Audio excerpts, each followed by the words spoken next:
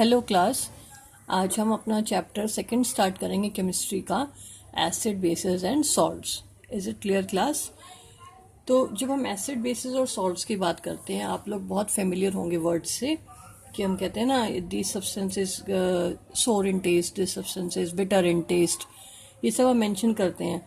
तो हम क्या मानते हैं कि जनरली अगर हम बात करें कि जो सोर इन टेस्ट है, इट मीन्स वो क्या हो गए, एसिड्स हो गए।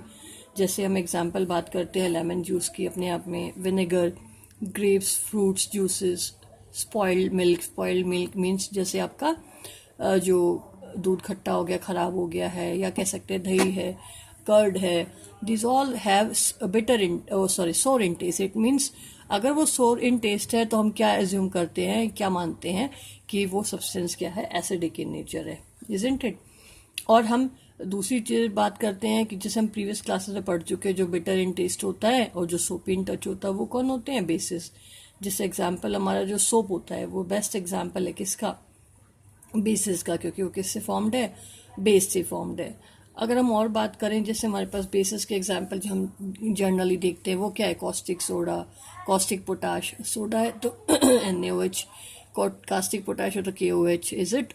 कॉस्टिक वर्ड यहाँ पे ऐड है। कॉस्टिक का मतलब क्या है, स्ट्रॉन्ग, या कह सकते हैं कि जो कोरोसिव प्रोड्यूसेस होता है। Is it clear? मीन्स जो नेचर में बर्निंग सेंसेशन प्रोवाइड करता है स्किन के ऊपर, तो दैट इज कॉल्ड कॉस्टिक्स।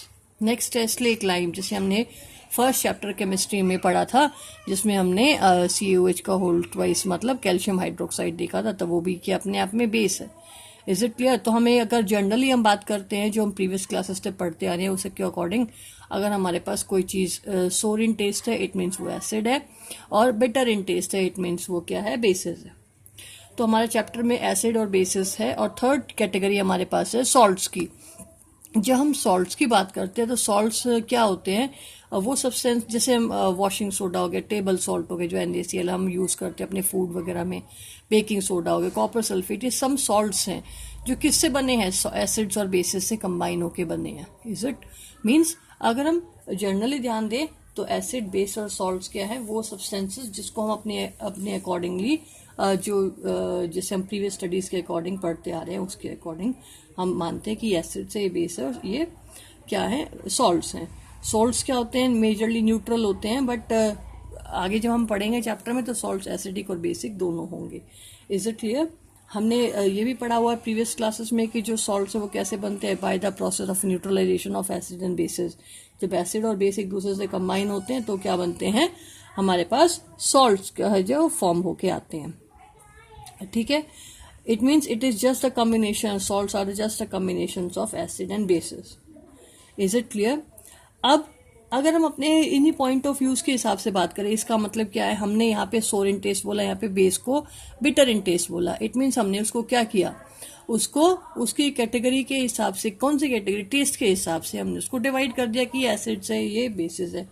बट क्या होता है कि सम एसिड्स जो हैं जो कि बहुत ज़्यादा बर्निंग सेंसेशन प्रोवाइड करते हैं, जैसे हमारे पास हो गए सल्फ्यूरिक एसिड्स, ठीक है, जैसे हमारे पास हो गया HCl, सल्फ्यूरिक एसिड, H2SO4, या हमारे पास हो गया HNO3, नाइट्रिक एसिड। ये कुछ ऐसे एसिड्स जो क्या है, अगर हम इनको टेस्ट करेंगे तो जो बहुत ज़्यादा स्ट्रांग होने के कारण बर्न हो जाएंगे।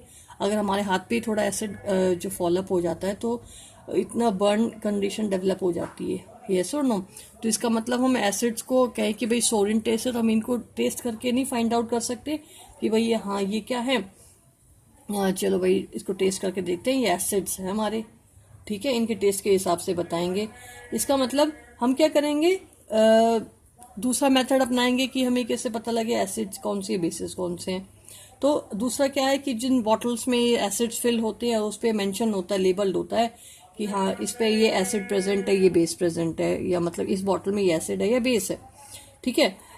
लेकिन अब मान लो हमारे पास ऐसी कंडीशन हो कि जिसमें हम एग्जामिन नहीं कर पाते, बॉटल है जो अनलेबल्ड है, तो हमें कैसे पता लगेगा वो एसिड है या बेसिस है? इट मीन्स हम उनके फॉर्मूलोस पे जाएंगे। Is it clear?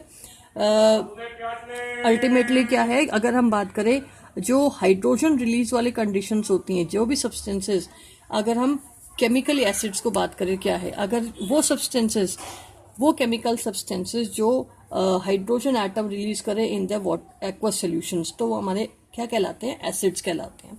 तो हम कह सकते हैं acids are those which release hydrogen ions या H+ ions. H+ ions release करने वाले सब्सटेंसेस को हम क्या बोलेंगे, किसमें, in aqueous solutions. Aqueous solutions मतलब H2 वाले कंडीशंस में, तो वो हमारे क्या कराएंगे, एसिड्स।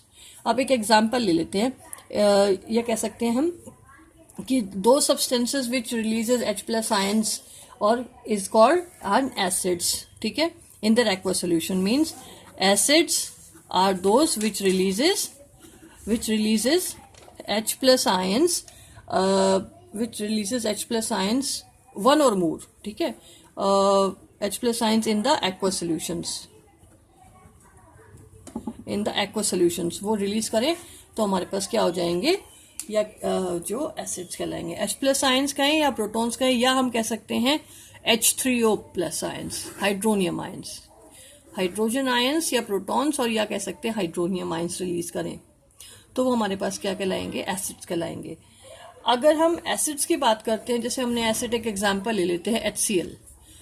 अगर हम एक्वस सोल्यूशन की बात करें H2O4, यहाँ पे ऐसे लिखो, चाहे आप एक्वस सोल्यूशन इस तरह लिखो, बात सेम रहेगी। तो इसमें क्या रिलीज होगा, H++Cl आयन रिलीज होंगे। इट मीन्स वाटर का डिसोसिएशन मैं अभी यहाँ नहीं दिखा रही हूँ, सिर्फ HCl का डिसोसिएशन शो अप कर रही हूँ। इट मीन्स क्या है, यहाँ पे H+ आयन रिलीज हो रहे हैं, इट मीन्स ये क्या है, एसिड है। Is it clear? यहाँ पे मैंने ऐसे लिखा, बात वही है, H+ और Cl- आयंस रिलीज हो रहे हैं। Is it clear?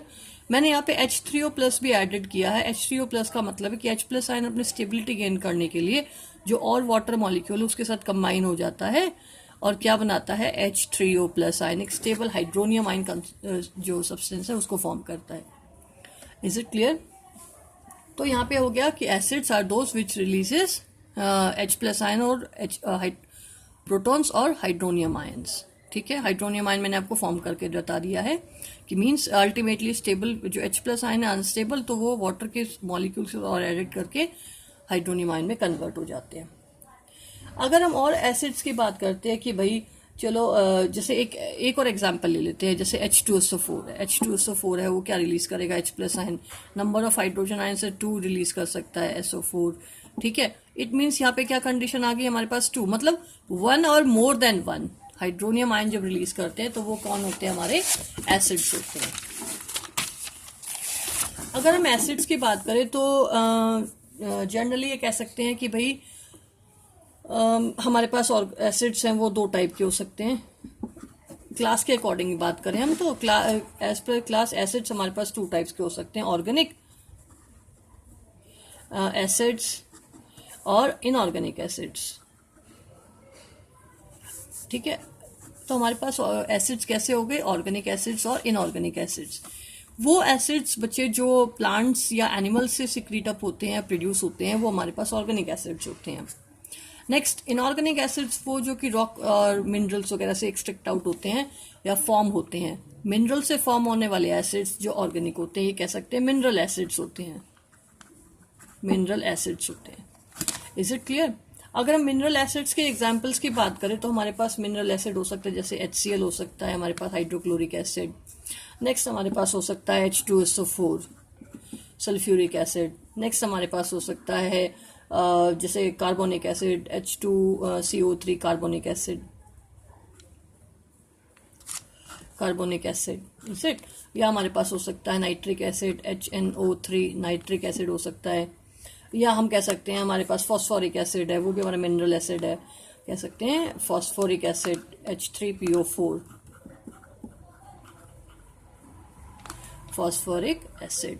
ये सब क्या है, हमारे मिनरल एसिड से, जो हमें मिनरल से डराइव करते हैं, जो हमारे रॉक्स और मिनरल से हमें एक्सट्रैक्ट आउट होते हैं या बनते हैं।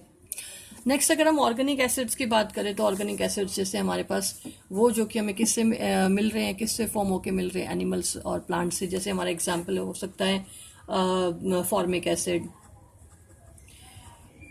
फॉर्मिक एसिड जैसे आंट स्ट्रिंग वगैरह में मिलते हैं। जैसे में चींटी काट लेती है आंट में, तो उसमें अल्टीमेटली जो स्किन के अंदर इंजेक्ट करता है वो एसिड फॉर्मिक एसिड है। आपका मिथेनोइक एसिड जिसे हम बोल सकते हैं। या हमारे पास हो गया एसिटिक एसिड, एसिटिक एसिड अपने आप में मिनरल हमारा ऑर्गेनिक एसिड है। नेक्स्ट हम बात कर सकते हैं lactic acid. Lactic acid is again हमारे पास क्या हो जाएगा, ऑर्गेनिक एसिड का एग्जाम्पल होगा। नेक्स्ट हम बात कर सकते हैं सिट्रिक एसिड, जो हमारे सिट्रस फ्रूट से अवेलेबल होते हैं। लैक्टिक एसिड कहाँ, जैसे हमारे पास ये मिल्क से अवेलेबल होने वाला जो कर्ड और सोर मिल्क में प्रोड्यूस होता है। नेक्स्ट हम बात सकते हैं टार्टरिक एसिड। टार्टरिक एसिड जो हमारा जैसे जो इमली होती है उसके अंदर प्रोड्यूस होती है, तो ये नेचुरली है। ऑक्जेलिक एसिड टोमेटो में होता है। इट मीन्स हमारे पास नंबर ऑफ ऑर्गेनिक एसिड्स होते हैं जो कि हम एज पर क्लासेस को डिवाइड कर सकते हैं। Is it clear? अब ये तो हो गया जर्नल की हमें पता हो कि मिनरल एसिड्स क्या है, या कह सकते हैं इनऑर्गेनिक एसिड्स क्या है, या ऑर्गेनिक एसिड क्या है। अगर हम एसिड्स को, क्योंकि हम अब पढ़ रहे हैं क्या टॉपिक, एसिड्स को डिस्क्राइब कर रहे हैं, तो हमने अभी बात की acids are those which releases H plus या H3O plus ions, isn't it, जो ये रिलीज करते हैं आयंस। अब डिपेंड करता है कि एसिड है कितनी जल्दी H प्लस आयन या H3O प्लस आयन रिलीज कर रही है, उतना ही ज्यादा वो स्ट्रांग होगा। इट मीन्स अगर हम release of H plus ions के बेसिस पे बात करते हैं तो हमारा जो एसिड्स है फिर से 2 कैटेगरी में डिवाइड हो सकता है as per the release of H plus ion. वो हमारा क्या हो गया, फर्स्ट हमारा हो गया वीक एसिड्स, और दूसरा हो गया हमारा स्ट्रॉन्ग एसिड्स। दूसरा हमारा कौन हो गया, strong acids. Is it clear? अब वीक एसिड्स क्या होते हैं, जैसे हमने बात की जो रेडिली H प्लस आयंस में इजीली जो वो रिलीज ना हो पाए, मीन्स जो एसिड्स हैं जो रेडिली आयनाइज ना हो पाए, अपने आप को इजीली H प्लस आयंस में ब्रेक डाउन ना कर पाए। इट मीन्स जब हम एसिड को लाएं और वाटर में ऐड करें तो उसके वाटर के साथ रिएक्शन हो तो वो रेडिली या कंप्लीटली आयनाइज ना हो पाए या टाइम टेकिंग हो H प्लस आयन रिलीज में, तो वो हमारे वीक एसिड्स होते हैं। जबकि स्ट्रॉन्ग एसिड्स जो होते हैं जो रेडिली आयनाइज हो जाते हैं किसके अंदर, एक्वा सॉल्यूशंस के अंदर। इट मीन्स क्या है कि अब ये स्ट्रॉन्ग एसिड क्या होगा, जो H प्लस आयन बहुत फास्टली रिलीज करते हैं as compare to weak acids.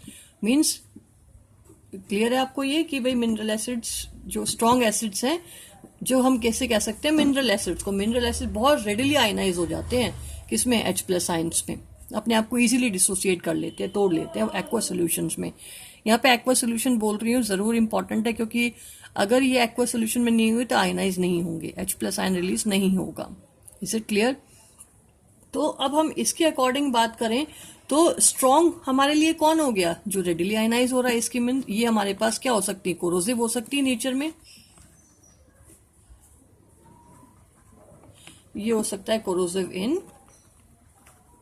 Nature. और ये वीक एसिड्स हम देखो, ये वीक एसिड्स को इजीली कंज्यूम कर पाते हैं। इट मीन्स ये हमारे जो सेल्स है उसको इफेक्ट नहीं करेगा। इट मीन्स ये क्या हो जाएगा, वीक एसिड्स तो है ही, बट साथ के साथ ये क्या है, नॉन कोरोसिव है। नॉन कोरोसिव का और कोरोसिव का मतलब क्या है, देखो नॉन कोरोसिव का मतलब नॉट इफेक्ट, जो हमारी बॉडी पे इफेक्ट नहीं करते, हमें कोरोड नहीं करते, डिस्ट्रॉय नहीं करते, बर्न नहीं करते, that is called non corrosive. और जबकि जो करते हैं, ऐसा कंडीशंस डेवलप कर रहे हैं, दैट इज कॉल्ड कोरोसिव। जैसे आप देखो स्ट्रॉन्ग एसिड को किसी पे डालो, किसी पेपर पे या क्लोथ वगैरह पे, तो उस पर बर्निंग स्टार्ट हो जाती है, उसका कोरोजन स्टार्ट हो जाता है।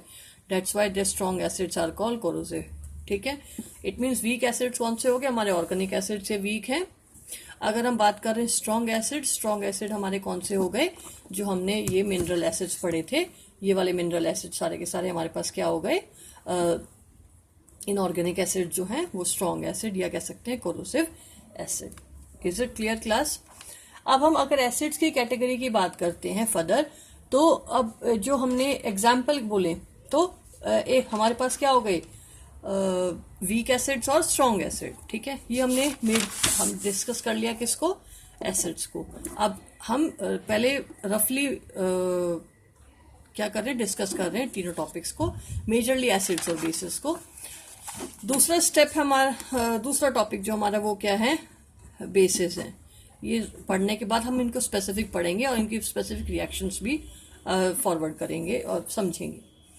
नेक्स्ट हमारे पास बेसिस क्या है, basis are the those substances which release OH negative ions. वो जो किसमें, एक्वस सोल्यूशन में, इन वो जो कि OH नेगेटिव आयंस को एक्वस सोल्यूशन में रिलीज करते हैं, वो हमारे क्या कहलाते हैं, बेसिस कहलाते हैं। ठीक है। अब जो बेसिस जैसे हमने अभी बात की थी, NaOH, KOH, जो हम कह सकते हैं caustic soda, caustic potash, isn't it, slack lime, जैसे CaOH का होल ट्वाइस, ये सब क्या हमारे बेसिस हैं, जो अगर हम इनको वाटर में ऐड करें तो readily OH negative ions release करना स्टार्ट कर देते हैं। Is it clear? तो वो अब OH नेगेटिव आयंस को हम अगर नाम से जाने तो वो क्या हो गया, हाइड्रोक्सी आयन, हाइड्रोक्सी आयंस, इन्हें हम क्या बोलते हैं, hydroxy ion, OH negative ion. Means basis are the those substances which releases one or more OH negative ions in aqueous solution, तो वो हमारे पास क्या कहलाएंगे, बेसिस। Is it clear? अगर हम इसको भी कैटेगराइज फर्दर कर ले तो हमारे पास बेसिस फिर से कैटेगराइज हो सकते हैं, स्ट्रॉन्ग बेस और वीक बेस। Is it? तो जैसे स्ट्रॉन्ग बेस का एग्जाम्पल हम इस कैटेगरी डिवाइड कर लेते, लिख लेते हैं, पर इसको हमारे पास बेसिस फिर से क्या हो गए, बेसिस हमारे हो गए फर्स्ट स्ट्रॉन्ग बेस, और सेकंड हमारे हो गए वीक बेस। स्ट्रॉन्ग बेस की बात करें तो स्ट्रॉन्ग बेस हमारे पास क्या हो सकते हैं, जैसे हमारे पास KOH, आपका NaOH है ना, ये हमारे किसके एग्जाम्पल्स हैं, स्लेक लाइम, जैसे CaOH का होल ट्वाइस, ये हमारे किसके एग्जाम्पल, स्ट्रॉन्ग बेसिस के। ये बहुत जल्दी से OH नेगेटिव आयंस रिलीज करेंगे, किसमें, इन देयर एक्वस सोल्यूशन। तो हम क्या एक्वस के लिए कर लें, एक क्यों मेंशन कर लें इनके ब्रैकेट में, इजंट इट? तो यहाँ पे जो KOH हो गया, NaOH हो गया, या हमारे पास CaOH का होल ट्वाइस हो गया, एक्वस सोल्यूशन में जब ये OH नेगेटिव आयन रिलीज करेंगे तो हमने इसको किस कैटेगरी में रख दिया, स्ट्रॉन्ग ऐसे। मीन्स ये रेडिली बहुत जल्दी से आयनाइज हो जाएंगे। Is it clear? Weak basis की बात करें तो मैं एग्जांपल ले सकते, जैसे आपका मिल्क ऑफ मैग्नीशिया, जैसे मिल्क ऑफ मैग्नीशिया मतलब MgOH का होल ट्वाइस। Is it? तो वो हमारे पास क्या कहलाते हैं, वीक एसिड्स। अब नोटिस करना बेटा, अब जो वीक बेसिस, बेसिस ध्यान से सुनना, जिससे हम कहते हैं कि बेसिस है वो OH नेगेटिव आयन रिलीज करे, लेकिन आप नोटिस करो सभी के स्ट्रॉन्ग मेटल से बने हुए हैं, देखो K, Na, Ca, Mg। तो मीन्स हम इसमें कैटेगराइज करें तो मेजरली जो एसिड बेसिस है वो किस कैटेगरी में आ रहे हैं, स्ट्रॉन्ग में। अब अगर हम एक चीज और देखें कि भाई वो बेसिस जो वाटर में रेडिली डिसॉल्व हो जाएं, या कह सकते हैं सॉल्युबल हो जाएं, वो क्या कहलाते हैं, वो बेसिस क्या कहलाते हैं, एल्कलीज। मतलब alkalis are those bases which readily dissolve in water. Water में डिजोल्व हो जाएं तो हमारे पास क्या कहलाते हैं, वो वाटर सॉल्युबल बेसिस क्या कहलाते हैं, एल्कलीज कहलाते हैं। those bases which soluble in water, तो वो हमारे पास क्या कहलाते हैं, एल्कलीज। सॉल्युबल इन वाटर है तो वो बेसिस हमारे पास क्या कहलाएंगे, एल्कलीज कहलाएंगे। Is it clear? तो हमारे पास जो वाटर सॉल्युबल बेसिस है वो कौन से, स्ट्रॉन्ग वाले, जैसे KOH, NaOH है। आगे जब हम कैटेगरी डिवाइड करते जाएंगे, आगे बढ़ते जाएंगे, तो ये रेडिली सॉल्युबल नहीं होंगे, कंप्लीटली सॉल्युबल नहीं होंगे। कंप्लीटली सॉल्युबल हमारे पास KOH और NaOH है, जिन्हें हम क्या बोलते हैं, एल्कलीज बोलते हैं। Is it clear? अब नेक्स्ट टॉपिक अगर हम बात करें तो यहाँ पे अगर आगे चलते हैं तो अभी हमने बात कर ली एसिड्स कौन है, बेसिस कौन है। तीसरा इधर कैटेगरी देख लो आप लोग, जो हम कहते हैं किसको, सॉल्ट्स। सॉल्ट्स की बात हम करते हैं तो हम जनरली क्या कहते हैं, जब एसिड और बेस कंबाइन होते हैं तो हमारे पास क्या गिव अप होता है, सॉल्ट्स फॉर्मेशन होती है विद वाटर। तो इसको हम फर्दर डिस्कस करेंगे, जब हम एसिड और बेसिस डिस्कस करेंगे तो हम इनको ऐड करते जाएंगे, और अलग से हम इसको पढ़ेंगे, सॉल्ट्स को हम अलग से पढ़ेंगे, क्योंकि जो अगर स्ट्रॉन्ग एसिड स्ट्रॉन्ग बेस मिलेगा तो जो सॉल्ट है वो एसिड न्यूट्रल सॉल्ट होगा। फिर हमारे पास सॉल्ट है वो बेसिक सॉल्ट भी आता है, फिर हमारे पास जो सॉल्ट आता है वो एसिडिक सॉल्ट भी आता है। तो ये सब सॉल्ट्स हम जब डिस्कस करेंगे तो आगे चैप्टर में डिस्कस करेंगे। ठीक है। अब आगे के जो हम बात करते हैं, अभी तक तो हमने ये बोला कि भाई हम टेस्ट करके बता सकते हैं कि ये एसिड है, बेस है। जब मैंने चैप्टर शुरू किया तो मैंने आपको बोला था कि हम सभी को कैटेगराइज टेस्ट की बेसिस पे नहीं कर सकते ना। मान लो हमारे पास कोई अनलेबल्ड बॉटल है, उस अनलेबल्ड बॉटल पे कोई मार्क नहीं है कि एसिड कौन सा है, ठीक है, या वो बेस कौन सा है, तो हम उसको टेस्ट करके तो नहीं फाइंड आउट कर सकते क्योंकि वो कोरोसिव भी हो सकता है। तो उसको चेकअप करने के लिए हमारे पास क्या है, इंडिकेटर्स। उसके लिए हमारे पास क्या है, इंडिकेटर्स। इंडिकेटर्स वो सब्सटेंस होते हैं बेटा जो जिसमें अगर हम जो हम एसिड या और बेस के कैरेक्टर्स को टेस्ट करने के लिए यूज करते हैं। मीन्स दो सॉल्यूशंस और substances which identify the acidic और basic character of the substances, is it. तो अब इंडिकेटर्स क्या हो गए, सब्सटेंसेस विच चेक, एक minute, substances which check the acidic or basic character, the acidic or basic character। Acidic और basic character को check करने वाले जो सब्सटेंसेस है वो हमारे क्या हो गए, इंडिकेटर्स हो गए। क्लियर है। अब अगर इंडिकेटर्स की बात करें तो इंडिकेटर्स की फिर से जो कैटेगरी बताएं हम, वो क्या हो सकती है कि भाई इंडिकेटर्स अपने आप में किस फॉर्म में अकर कर रहे हैं, नेचुरली अकर कर रहे हैं या सिंथेसाइज हो रहे हैं। तो अपने आप में ये फिर से टू टाइप हो गया। फर्स्ट हो गया ये नेचुरल इंडिकेटर, और सेकंड हमारे पास हो गया सिंथेटिक इंडिकेटर या आर्टिफिशियल इंडिकेटर। ठीक है, तो हम यहाँ पे बोल सकते हैं सिंथेटिक इंडिकेटर्स। तो हमारे पास इंडिकेटर फिर से दो टाइप के हो गए, नेचुरल और सिंथेटिक। अब नेचुरल मतलब जो नेचुरल सब्सटेंसेस एक्सट्रैक्ट आउट होते हैं। देखो एक जनरल डेली लाइफ का एग्जांपल देखते हैं। जैसे मान लो हमारे क्लोथ्स पे जो हम खाना खाते हैं, मान लो जो करी है सब्जी की वो गिर जाती है तो येलो स्पॉट हो जाता है। ठीक है, तो वो येलो स्पॉट क्यों हुआ, because of the presence of the turmeric. ठीक है, अब जब हम उसको धोते हैं पानी में और जो साबुन सोप वगैरह ऐड करके, तो उसमें उसका कलर वापस से कैसा होता है, रेडिश हो जाता है। तो इसका मतलब कलर चेंज किस केस में हुआ, जब हमने उसमें सोप ऐड किया। सोप ऐड किया मतलब हमने सोप में क्या, अभी थोड़ी देर पहले पढ़ा था, सोप में क्या प्रेजेंट है, base. It means base convert कर रहे हैं किसको, कलर को। किसके कलर को, टर्मरिक के। इट मीन्स वो अपने आप में किसका एग्जाम्पल हो गया, टर्मरिक अपने आप में नेचुरल है तो वो किसका एग्जाम्पल हो गया, नेचुरल इंडिकेटर का एग्जाम्पल हो गया। मीन्स उसे नेचुरली टेस्ट कर दिया कि जो गिवन सब्सटेंस है वो क्या है, एसिडिक है या बेसिक है। ठीक है, तो अब नेचुरल इंडिकेटर्स की जब हम कैटेगरी बात करते हैं तो नेचुरल फर्स्ट ऑफ ऑल देखते हैं, नेचुरल इंडिकेटर।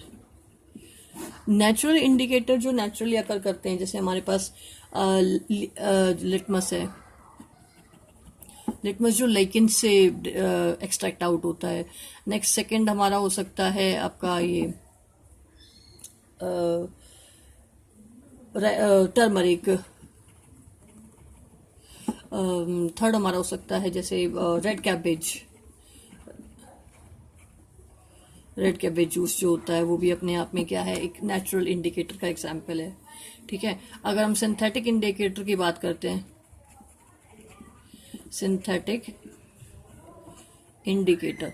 सिंथेटिक इंडिकेटर की जब हम बात करें तो अपने आप में सिंथेटिक इंडिकेटर जैसे जो लेबोरेटरीज में होता है, सिंथेसाइज होता है, जैसे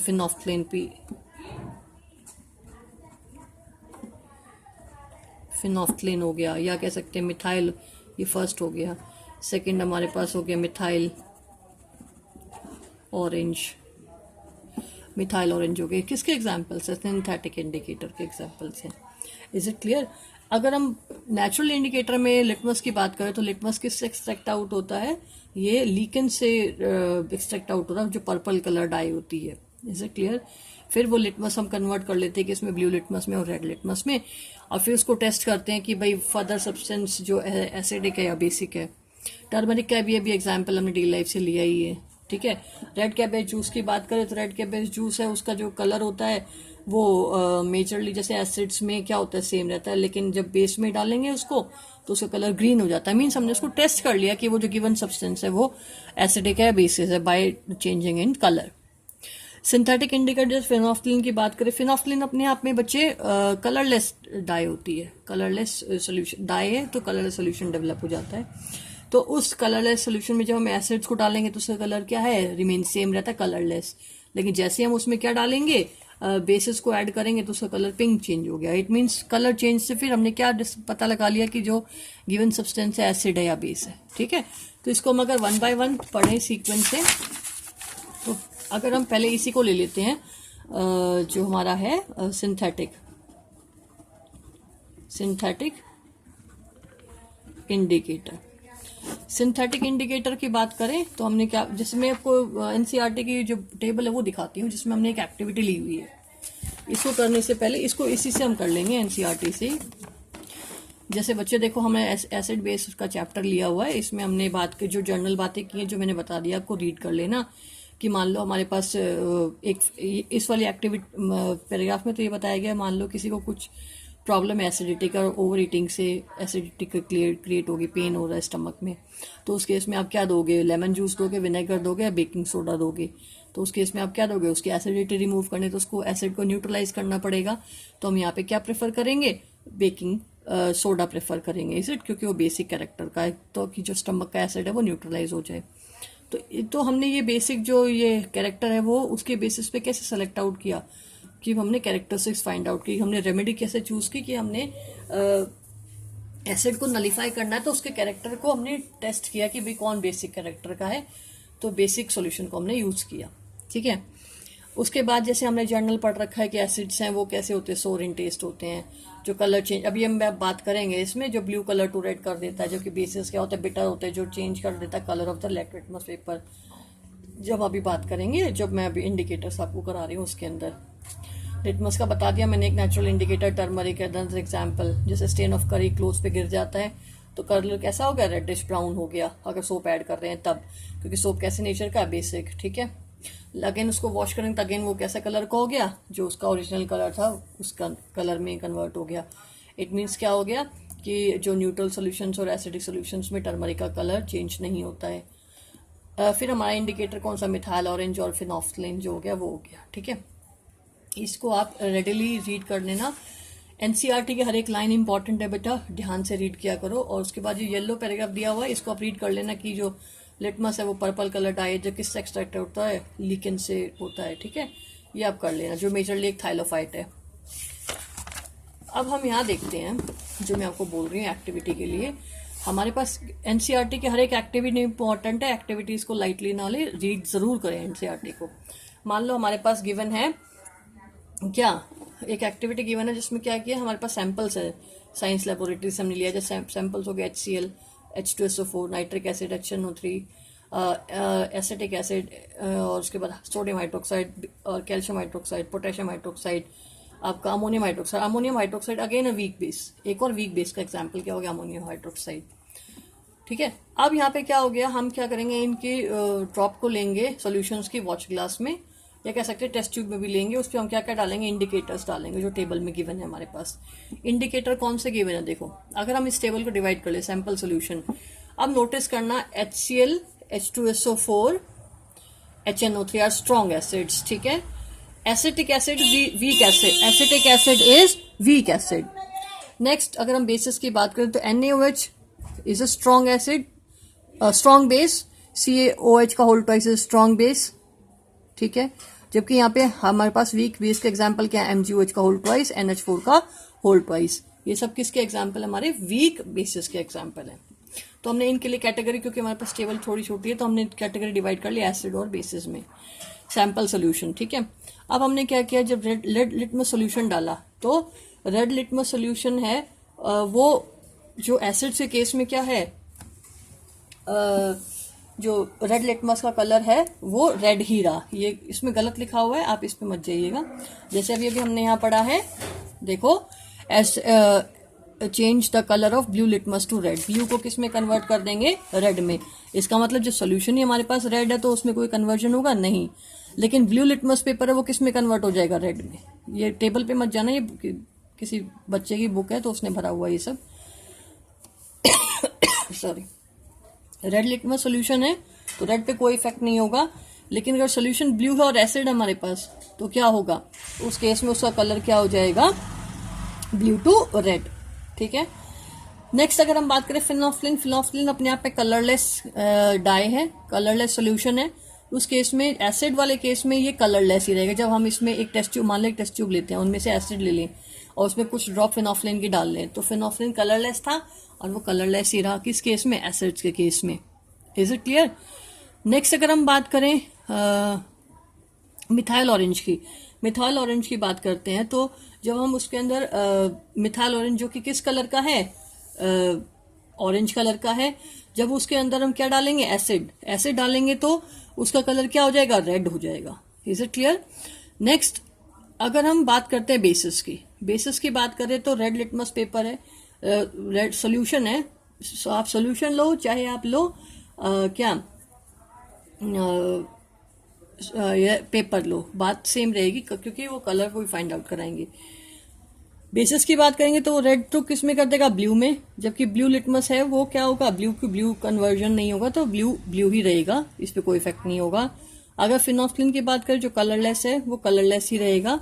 अगर यहाँ पे देखो आप लोग ध्यान दे लो, लिखा हुआ है एसिड्स जो हैं वो चेंज करता है colour of blue litmus to red. Is it?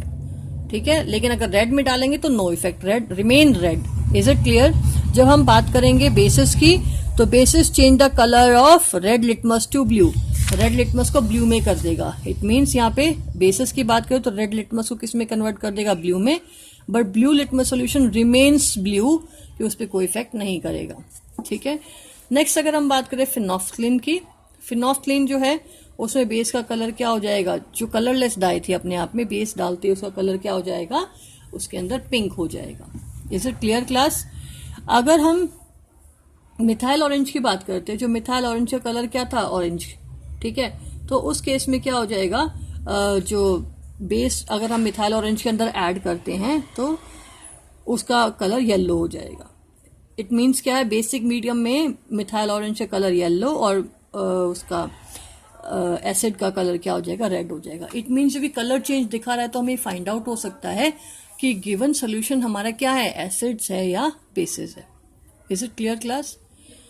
अब अगर हम आगे बढ़ते हैं तो इसका मतलब इंडिकेटर्स की डेफिनेशन क्या होगी? दो सब्सटेंसेस विच प्रोवाइड या which indicate whether the substance is acidic और बेसिक। Is it? अगर हम आगे बढ़ते हैं ये तो हमारे थे कलर चेंज वाले इंडिकेटर्स, लेकिन हम अगर आगे बढ़े तो हमारे पास कुछ ऐसे इंडिकेटर्स होते हैं जो अपनी स्मेल को चेंज करके हमें कंफर्म कराते हैं कि गिवन सोल्यूशन है वो एसिड है या बेसिस है। तो ऐसे जो स्मेल रिलेटेड इंडिकेटर्स होते हैं वो क्या कहलाते हैं? Olfactory indicators. The indicator tell us whether a substance is acidic और बेसिक, ठीक है, बाय चेंज इन कलर, जैसे हमने अबव एग्जांपल्स देखे हैं। There are some substances whose order changes in acidic और बेसिक मीडिया, लेकिन हमारे पास कुछ ऐसे सब्सटेंसेस भी हैं जिसका ऑर्डर क्या है? चेंज हो जाता है जब हम उसको बेस एसिड्स या बेस में ऐड करते हैं। इजंट इट बच्चों? तो these are called olfactory indicators. ऐसे इंडिकेटर्स को हम क्या बोलेंगे? Olfactory indicators. अब हमारे पास मान लो ऑल्फैक्टरी इंडिकेटर्स के यहाँ पे ये मैंने आपको नोटबुक में नहीं लिखा है कि मैंने यहाँ पे आपको समझा दिया है। ठीक है, फिनोफ्लिन, मिथाइल ऑरेंज, ब्लू और ये रेड वाला, तो इसको हम डिस्कस कर रहने दें। तो अब हम नेक्स्ट अगर बात करते हैं, इसको अगर हम रहने दें तो हम यहाँ पे देख सकते हैं हम जो इंडिकेटर्स यूज कर रहे हैं, जैसे मान लो ऑल्फैक्टरी इंडिकेटर्स, ऑल्फैक्टरी इंडिकेटर्स को पढ़ते हैं। ऑल्फैक्टरी इंडिकेटर्स वो इंडिकेटर जो स्मेल रिलेटेड होते हैं, जो स्मेल को चेंज करते हैं, ठीक है, पर्टिकुलर गिवन मीडियम में, चाहे वो एसिडिक हो चाहे बेसिक हो, तो वो इंडिकेटर्स ऑल्फैक्टरी इंडिकेटर्स हैं,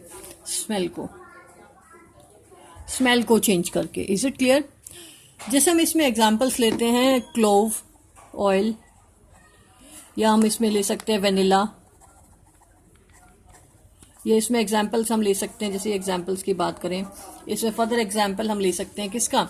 अनियन का। ठीक है, ये सारे सब्सटेंसेस हैं जिनको हम एज ऑल्फैक्टरी इंडिकेटर्स यूज कर सकते हैं। ठीक है, ये हम बुक में पढ़ चुके हैं, इसलिए हम यहीं से स्टार्ट करते हैं। अगर हम बुक की एक्टिविटी से ही काम करें तो बुक की एक्टिविटी देखो, एक्टिविटी हमारे पास है 2.2। इसमें क्या किया है बेटे, मैं आपको समझा देती हूँ, आप रीड कर लेना। इसमें क्या, फाइन चॉप्ड आयरन ले लिया है और अनियन ले लिया, sorry, it's just a slip of tongue. Fine chop हमने अनियन ले लिया है, उसको हमने प्लास्टिक बैग जो होते हैं जिस पे हम सील कर सकते हैं वो ले लिया, उसके अंदर हमने फिल कर दिया। उसके अंदर साथ साथ हमने जैसे 2 पॉली बैग्स ले लिए, उन दोनों पॉली बैग्स के अंदर हमने ऐड कर दिया अनियन। अब उसमें हमने एक एक पीस भी डाल दिया, किसका, क्लोथ का। ठीक है, अब हमने उसको टाई अप कर दिया। टाई अप कर दो या जिप वाले जो लॉक वाले जो बैग्स होते हैं पॉली बैग्स, उनको यूज़ कर सकते हो आप। फिर ओवरनाइट उसको आपने रखना है फ्रिज में। नोटिस करना फ्रिज में बोल रही हूँ क्योंकि अगर हम बाहर रखेंगे तो उसका डिकम्पोजिशन स्टार्ट हो जाएगा। हमें सिर्फ उसकी स्मेल से जो है इंडिकेट करवाना है। ठीक है, अगर हम उसको बाहर रखेंगे तो उसके अंदर रिएक्शन स्टार्ट हो जाएगा, डिकम्पोजिशन स्टार्ट हो जाएगा उसका। अब जब हम उसके बाहर निकालेंगे किसको, नेक्स्ट डे जब हम फ्रिज में से दोनों पॉली बैग्स को बाहर निकालेंगे, पॉली बैग ओपन करेंगे, उसके अंदर जो क्लोथ है उसको चेक करेंगे, उन दोनों में क्या है, स्मेल आ जाएगी, किसकी, अनियन की। ठीक है, दोनों के अंदर किसकी स्मेल आ गई, क्लोथ्स के अंदर अनियन की स्मेल आ जाती है। अब जो अनियन की स्मेल है उस पे हमने उस अनियन की स्मेल को हमने क्या यूज करना है, एज ऑल्फैक्टरी इंडिकेटर की तरह यूज करना है। अब हमने उसमें क्या किया, NaOH डालो या HCl डालो, मतलब HCl एसिड डालेंगे, एक बार NaOH डालेंगे। तो 2 क्लोथ्स है हमारे पास, दोनों में अनियन की स्मेल है। एक पे हम ड्रॉप बाय ड्रॉप एसिड डालेंगे, फिर उसकी स्मेल को चेक करेंगे। एक पे हम NaOH सोल्यूशन मतलब बेस डालेंगे, फिर हम उसको स्मेल चेक करेंगे। दोनों को जब हम चेक करते हैं तो देखते हैं कि जो एसिड है HCl है उसके अंदर जो स्मेल है किसकी, अनियन की, वो सप्रेस हो गई है।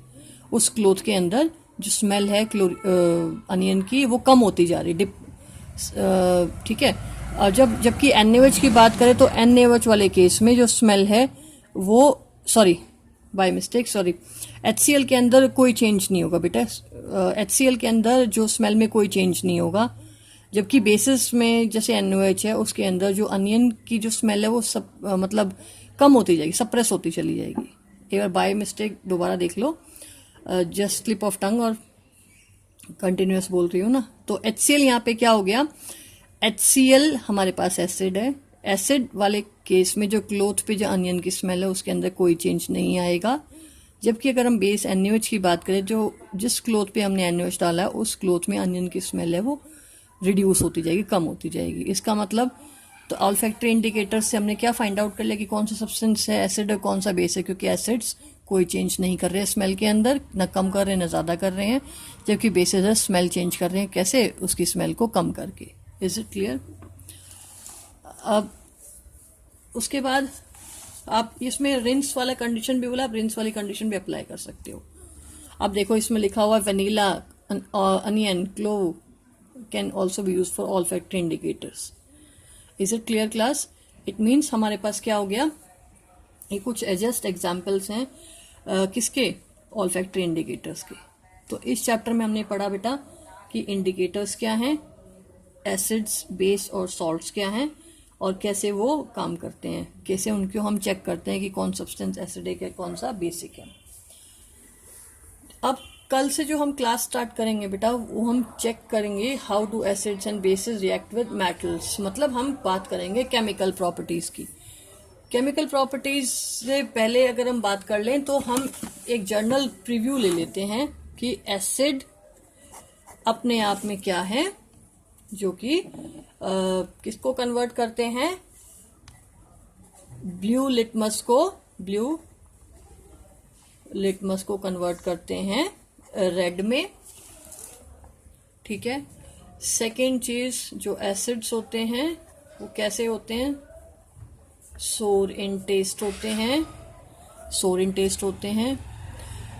थर्ड चीज, एसिड्स जो हैं वो फिनोफ्थलीन का जो कलर होता है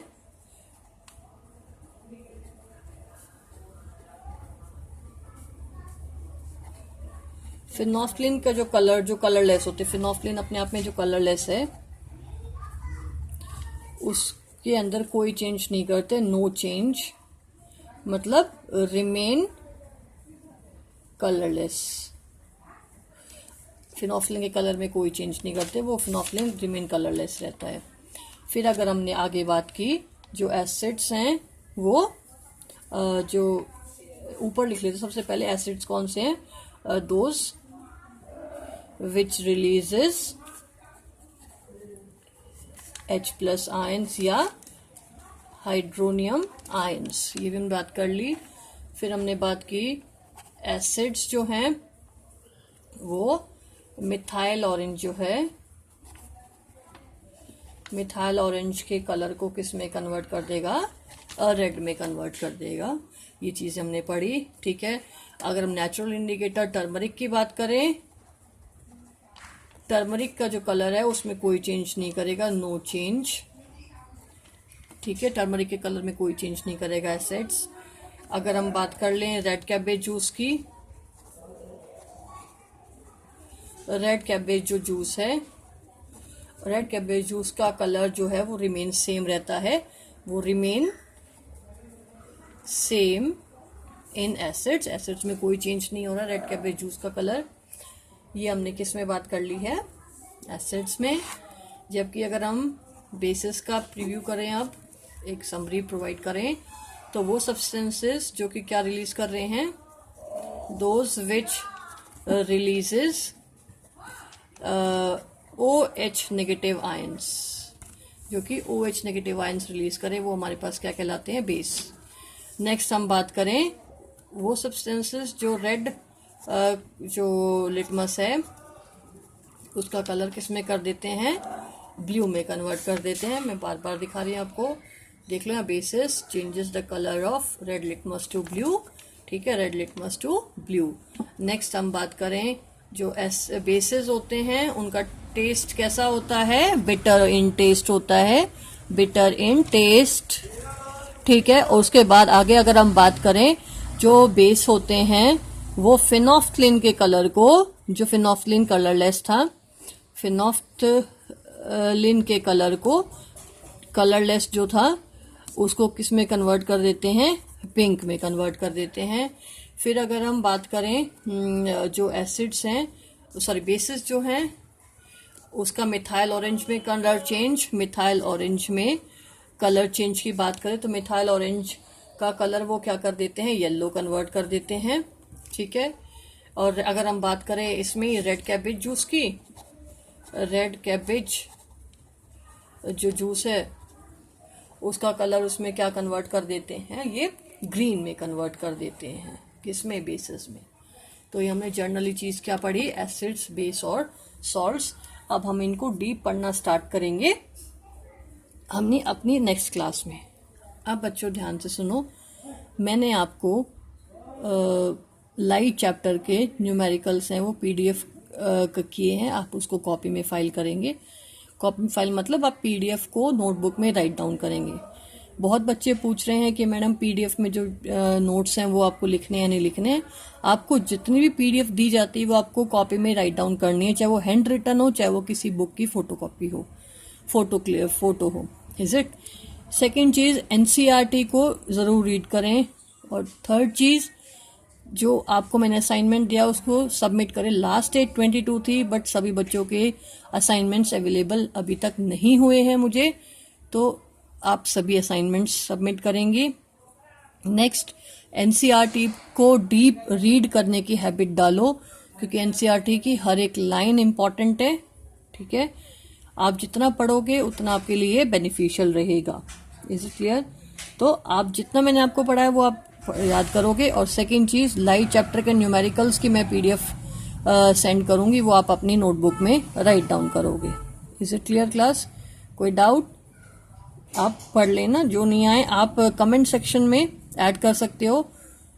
कमेंट सेक्शन में जो डाउट्स होंगे आपके वो मैं आपको नेक्स्ट वीडियोस में क्लियर कर दूंगी। Is it clear? जो भी आपके डाउट्स हैं वो आप कमेंट सेक्शन में ऐड कर सकते हो, और कमेंट सेक्शन में जो एडेड चीज़ें हैं उसको मैं नेक्स्ट जो वीडियो बनेगी उसके अंदर आपके क्लियर कर दूंगी। Is it clear class? Okay. और लास्ट चीज़, जो असाइनमेंट्स हो वो पॉसिबिलिटी रखा करो कि आप लूज शीट पे करो, नोटबुक में नहीं करना है, लूज शीट में करना। और लूज शीट को आप एक अलग फाइल बना लो, उसके अंदर स्टेपल करते हुए चलो, ठीक है। स्टेपल करके लूज शीट को स्टेपल करके असाइनमेंट और एक फाइल में ऐड कर लो। और नोटबुक में आप सिर्फ PDF जो हम अवेलेबल करा रहे हैं वो करो। जितने भी रे डायग्राम्स हैं वो रे डायग्राम्स जो लाइट चैप्टर के हैं वो सभी आप पेंसिल से ड्रॉ करोगे और स्केल से बनाओगे, रफ डायग्राम कोई नहीं बनाएगा, ठीक है। रफ डायग्राम्स नहीं बनाओगे, फेयर नोटबुक है, फेयर काम करोगे आप लोग।